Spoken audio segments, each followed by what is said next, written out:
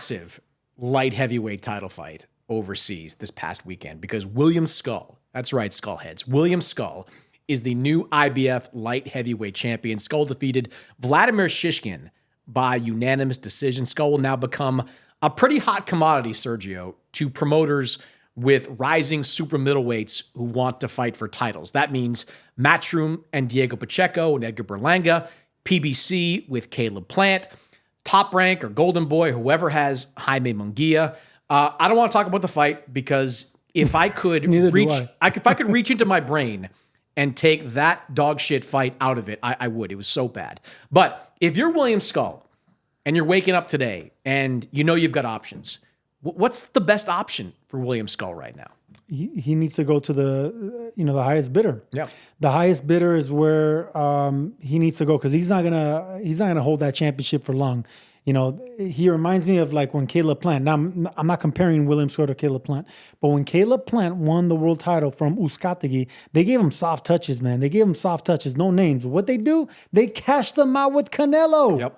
They cashed them out with Canelo. So if William Scull has a smart management and a smart promoter and smart advisors, they cash him out too. What they don't want to do is go and fight like a Christian and Billy, another tough fighter, undefeated, be like a France versus Germany type boxing event.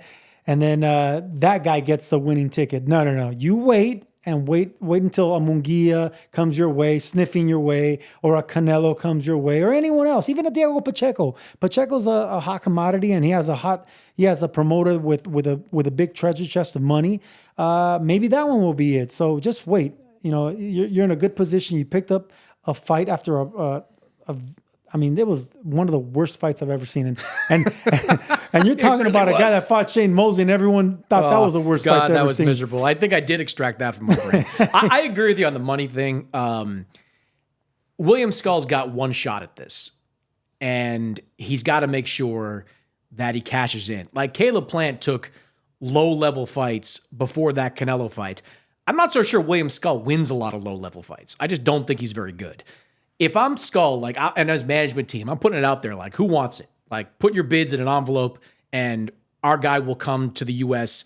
and fight your guy because he's in kind of a similar position to what Charles Martin was in back in 2016. Remember Charles Martin beat the immortal Tsar Glaskov after Tsar's knee gave out in the IBF title fight? Well, Eddie Hearn turned around and paid Charles Martin $5 million to come over to the UK and get his head bashed in by Anthony Joshua. So William Scull is kind of in that exact same position. Now, will Matchroom pony up that type of cash for Diego Pacheco? Maybe. I think Matchroom's probably got the deepest pockets in this particular situation, deeper than Golden Boy, maybe even deeper than Top Rank, which has some issues with its ESPN deal right now. And Pacheco against Scull, that's a good fight for Diego Pacheco. Scull's going to move, but he's not going to be able to, Diego's going to be able to land some big shots on him. So if I'm Matchroom, I'm digging deep and I'm going to try to make that William Scull fight.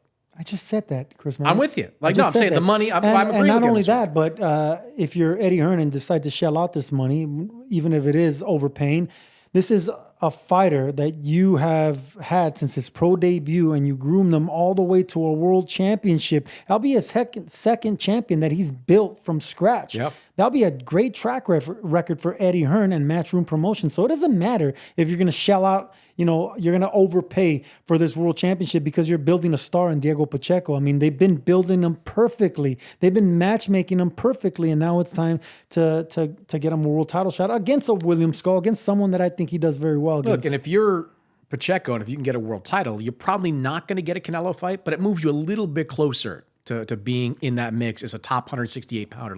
Canelo's not going to go to 175. No. He's not going to fight Artur Beterbiev for all those belts. That's crazy. But he's been willing to take on number one contenders, maybe title unification fights, maybe become undisputed all over again. That's the right play for Matchroom, right play for Diego Pacheco, and William Scull would lose because can we just take a moment to talk about how bad the IBF has been of late?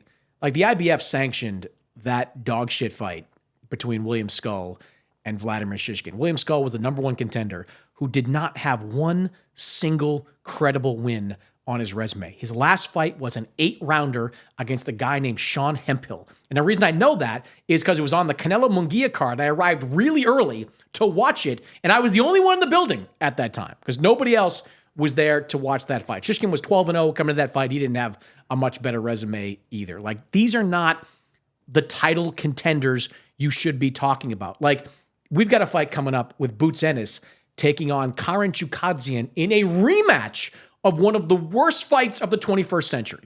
That was a 12-0 shutout from Boots Ennis about a year and a half ago. And Karen Chukadzian wins 3 fights in a row against nobodies. And all of a sudden, he's the mandatory once again. I just saw that Artur Beterbiev, his mandatory is a guy named Michael Eifert, who doesn't have any wins on his resume either. Like, this sanctioning body continues to put total zeros in position to fight for world titles. And I think it's costing boxing something significant. I think if I check the rankings, I'm probably still ranked in the IBF right now. You might be. You know what though? You could win 3 fights and get back into it.